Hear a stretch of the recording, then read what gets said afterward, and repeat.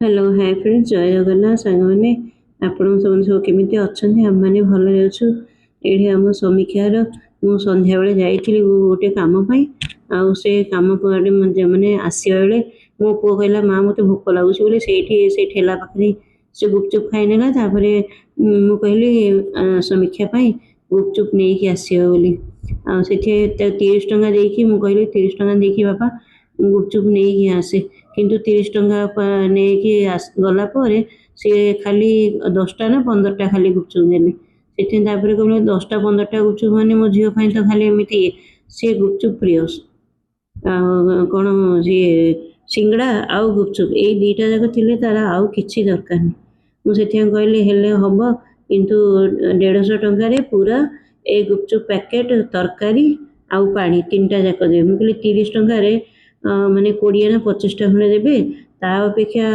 150 टंकार जदि पूरा पैकेट मिलूँ पूरा पैकेट धरिकी पलि आसिलु सरी 30 टंकार नुह 30 टंकार 12टा दिखते ये आमर ये 30 टंकार 12टा दूसरे मुझे 30 टंकार 12टा देवे ता अपेक्षा 150 ना 160 टंकार जदि 160 टंकार जदि पूरा पैकेट मिलूँ से कहले पूरा पैकेट दे दिंतु से ठेला वाले कर से आम मैंने घर पाखे ही था से मैंने घर आउ से आम घर पाखे से ठेला नहीं कि जाते से छकरे से छकरे से बिकते से आम समीक्षा आउ ता भाई जिते बड़े भी गले गुपचुप खावाई से भाई पाख ही जाती से नहीं पलि आसिले 160 टंका देकर पूरा पैकेट धरिकी आसिली आसला आम समीक्षार खुशी कहले देखो केते खुशी सी खाली समोसा पैकेट दे पूरा पैकेट 3/4 सी निजे ही खाइला आउटे मु खाइली मो पुओ खाइला मत मो पुओ को देला मो पुओ से 20 टंकार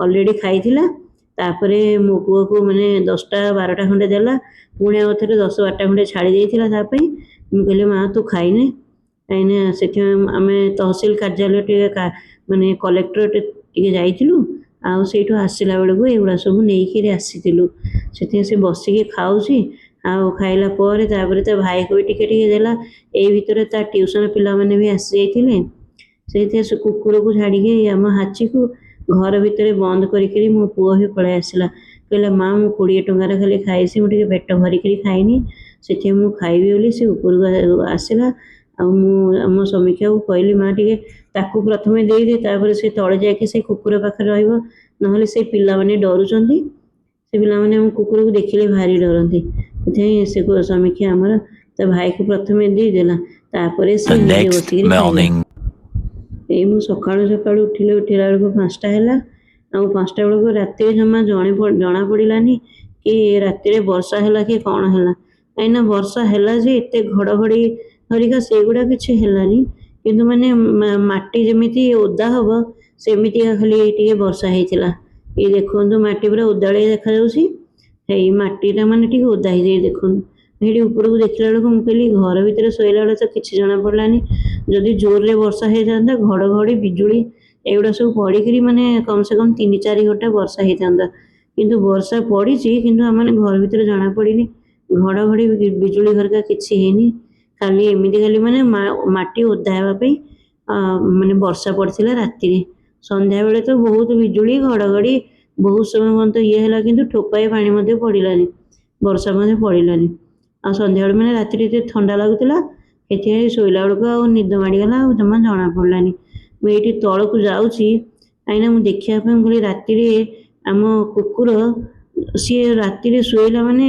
जो ये कहते षंड को बाली देखिले जमी आम कुकुर हाची को ता बापा को देखिले सेमती ता बापा तले अधिक शोचुंट कहते तले टे ठंडा लगुच एसी मत जमा भल लगुनि मुझे एसी शोबनी मुझे खाली तले शोबी से तले शोचुंट तले शोक गोटे चटई पकईकि शोबे पूरा षंड जमी माने ये कर दिए बाली को देखिले जमी पूरा चारिआडे ये कर दिए पूरा ये भी सेमती आम हाची भी सेमती ता बापा को देखला माने खाली माने पछपटू एपटे जो मुंडे मार माने पूरा हाथ ये करते नख बक अच्छे सब पूरा बापा खाली बानियान शुंती ये मुझे देखला से मत देखला बेलू ये बाहर अच्छी आउ राति कही कि हाची को बाहर रखिदे बोली किंतु हेले भी सी घंटाटे खाली बाहर रहा तापर पुणी आउे ता भाई और ता बापा 2 जन जाक हाची को भीतर को लेकिन पड़ेले ଏଠି ଦେଖନ୍ତୁ ରାତିରେ ଖାଇବା ପାଇଁ ତାକୁ ଇଏ ବି ଦେଇଥିଲି, ମୁଢ଼ି ବି ଦେଇଥିଲି। ସେ ମୁଢ଼ି ତାର ଅତି ପ୍ରିୟ।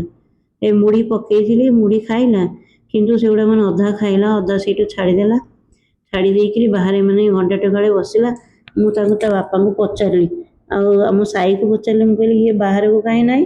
ସେତେବେଳକୁ ସେମାନେ କହିଲେ ନା ସେ ବାହାରେ ତ ତୁ ରାତିରେ ରଖିକିରି ଯାଇଥିଲୁ, ସେ କିନ୍ତୁ ବହୁତ ସମୟ ପର୍ଯ୍ୟନ୍ତ କାନ୍ଦିଲା, ସେଥିପାଇଁ ଆମେ ତାକୁ ଭିତରକୁ ନେଇ ପଳେଇ ଆସିଲୁ। ମାନେ ସନ୍ଧ୍ୟାବେଳେ 5ଟା ସକାଳ 5ଟା ବେଳେ ଦେଖିଲି, କହିଲି ରାତିରେ ତ ୟାକୁ ବାହାରେ ରଖିଥିଲି, ଇଏ କେମିତି ଭିତରେ ଅଛି ବୋଲି ଦେଖିଲା ବେଳକୁ ତା ବାପା ଆଉ ତା ଭାଇ ଏଗୁଡ଼ା ସବୁ କାହାଣୀ କହିଲେ। ଏ ବାହାରେ ଏବେ ପୁଣି ଆଉଥରେ ସକାଳ 5ଟା ବେଳେ ତାକୁ ବାହାରକୁ ନେଇକି ଆସିଲି। ଆସିଲା ପରେ ସେ ଏକୁଟିଆ ବସିଛି।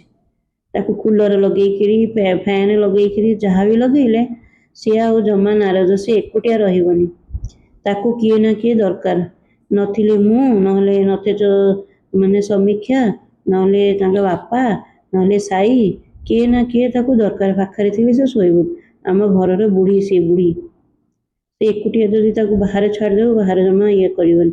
ସେ ମଙ୍ଗିବନି କି ଏକୁଟିଆ ମୁଁ ଶୋଇବି ବୋଲି। ହେଲେ ବି ମୁଁ ସକାଳେ 5ଟା ବେଳେ କହିଲି, ମୁଁ କହିଲି ରାତି ସାରା ତ ତୁ ଶୋଇଥିଲୁ, ବାହାରକୁ ଆସେ ବୋଲିକି। ହେଇ ଦେଖନ୍ତୁ ନୂଆ ଫ୍ୟାନ୍ ଲଗା ହେଇଛି, ତାକୁ ସବୁ କିଛି ଇଏ କରାହେଇଛି, କିନ୍ତୁ ସେ ଶୋଇନି। ସକାଳେ 5ଟା ବେଳେ ଟିକେ ଅନ୍ଧାର ଥିଲା, ସେଥିପାଇଁ ଲାଇଟ୍ ଲଗେଇଲି। ମୁଁ ଦେଖିଲି ସେ କ'ଣ ଖାଇଛି କି ନାହିଁ ବୋଲି। ମୁଢ଼ି ଫୁଢ଼ି ସେ କିଛି ଖାଇନି, ଖାଲି ଏମିତି ଫୋପାଡ଼ି ଦେଇଛି। ଅଧା ଖାଇଲା, ଅଧା ଫୋପାଡ଼ିଲା। ତାପରେ ଯାଇକି ରାତିରେ ପୁଣି ଆଉଥରେ ପଳେଇଥିଲା। ଆଉ ସକାଳୁ ଏଗୁଡ଼ା ସବୁ ମାନେ ଧୋଇବାକୁ ପଡ଼ିବ ପୁଣି ଆଉଥରେ। ଆଉ ଧୋଇକିରି ତାପରେ ପୁଣି ଆଉଥରେ ଉପରକୁ ଆସିଲି। ଉପରକୁ ଆସିଲା ପରେ ମାନେ ଗାଧେଇବା ସରିଗଲା ସବୁ। ଭଗବାନଙ୍କ ମାନେ ପୂଜା ସବୁ ସରିଗଲା 6ଟା, 6:30 ଭିତରେ। ତାପରେ ଏବେ କରୁଛି ଜଳଖିଆ। ମୁଁ ସମୀକ୍ଷାର ବାପାଙ୍କୁ ପଚାରିଲି, ମୁଁ କହିଲି ଜଳଖିଆ ବି କରିବ? କହିଲେ ନା, ମୁଁ ଜଳଖିଆ କରିବିନି, ନା ଡବା ଧରିକି ଯିବି।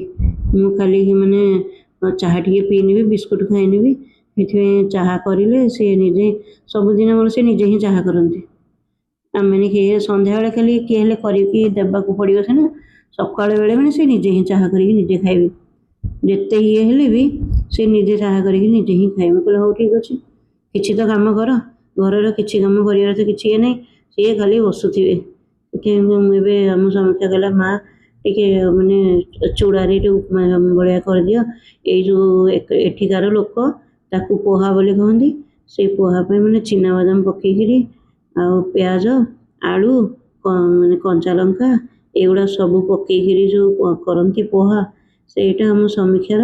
ଆଉ ସେଥିପାଇଁ କହିଲା କି ମା, ଯଦି ଚୂଡ଼ାର ପୋହା କରିଦେବ, ତାହେଲେ ଯଦି ଚୂଡ଼ାର ଉପମା, ଆଉ ସେ ଉପମା କରିଦେଲେ କ'ଣ ପେଟ ଭରିକିରି ଖାଇନ। ସେ ତାପରେ ଆଉ ମାନେ 3-4 ଘଣ୍ଟା ପର୍ଯ୍ୟନ୍ତ ଜମା ଭୋକ ଲାଗିବନି। ଯେତେ ପାଣି ପିଇଲେ ବି କିଛି ଅସୁବିଧା ନାହିଁ।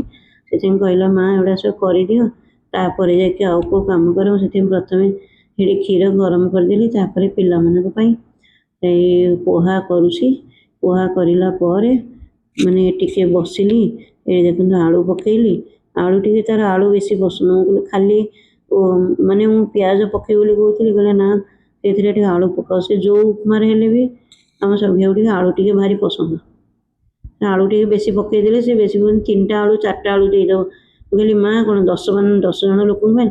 ନା ନା ମମି, ପକେଇଦିଅ। 3ଟା ଆଳୁ 4ଟା ଆଳୁ ହେଲେ ବି ସେଗୁଡ଼ା ଛୋଟ ଛୋଟ କରି 4ଟା ଆଳୁ। ମୁଁ କହିଲି 4ଟା ଆଳୁରେ ଲୋକମାନେ କ'ଣ ତରକାରୀ କରନ୍ତି?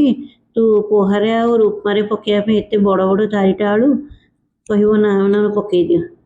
ସେଥିପାଇଁ 2ଟା ଆଳୁ ଦେଇଥିଲା, 4ଟାରୁ 2ଟା। ହେଇ ଦେଖନ୍ତୁ କେତେ ଗୁଡ଼ା ପିଆଜ ବି ଗୁଡ଼ାଏ ଦେଇଥିଲା, ହେଲେ ବି ଟିକେ ପକେଇଲି, ଆଉ ଟିକେ ମାନେ ଛାଡ଼ିଦେଲି। ଏଇ ଉପମା ମାନେ ପୋହା କରିବା ପରେ ତା ଉପରେ ଟିକେ ଇଏ ପିଆଜ ଟିକେ ଇଏ କରିକି ଖାଇଲେ ବଢ଼ିଆ ଲାଗେ। କିନ୍ତୁ ଆମ ସମୀକ୍ଷା ଏମିତି କଞ୍ଚା ପିଆଜ ତ ଖାଇବନି। ମୋର ସାଇର କିନ୍ତୁ ଭାରି ଇଚ୍ଛା, ସେ ଭାରି ଭଲ ପାଏ। ମାନେ ପୋହା ଉପରେ ଟିକେ ପିଆଜ ପକେଇକିରି ସେଗୁଡ଼ା ସବୁ ଇଏ କଲେ, ତାକୁ ଧନିଆ ପତ୍ର, ପିଆଜ, ଏଗୁଡ଼ା ସବୁ ପୋହା ଇଏ ହେଇଗଲା ପରେ ଯେଉଁ ଉପରେ ପକାନ୍ତି, ସେଗୁଡ଼ା ସବୁ ପକେଇଲେ ତାର ଭାରି ଇଚ୍ଛା। ସେଥିପାଇଁ ଆମ ସାଇକୁ ଭାରି ଇଚ୍ଛା। କିନ୍ତୁ ୟାର କିଛି ଏମିତି ନା ଧନିଆ ପତ୍ର ଖାଇବ, ନା ପିଆଜ ଖାଇବ, ନା ରସୁଣ ଖାଇବ। ତା ଇଚ୍ଛା ଅନୁସାରେ ସେମାନେ ଖାଇବ। ଯେତେ ମୁଢ଼ି ମିକ୍ସଚର ନଥାଏ, ମୁଢ଼ିରେ ମିକ୍ସଚର ପକେଇଲେ ସେତେବେଳେ କଞ୍ଚା ପିଆଜ ଯଦି ପକେଇବ ସେତେବେଳେ ଖାଇବ। ଆଉ ଟମାଟୋ ପକେଇବ, କଞ୍ଚା ପିଆଜ ପକେଇବ।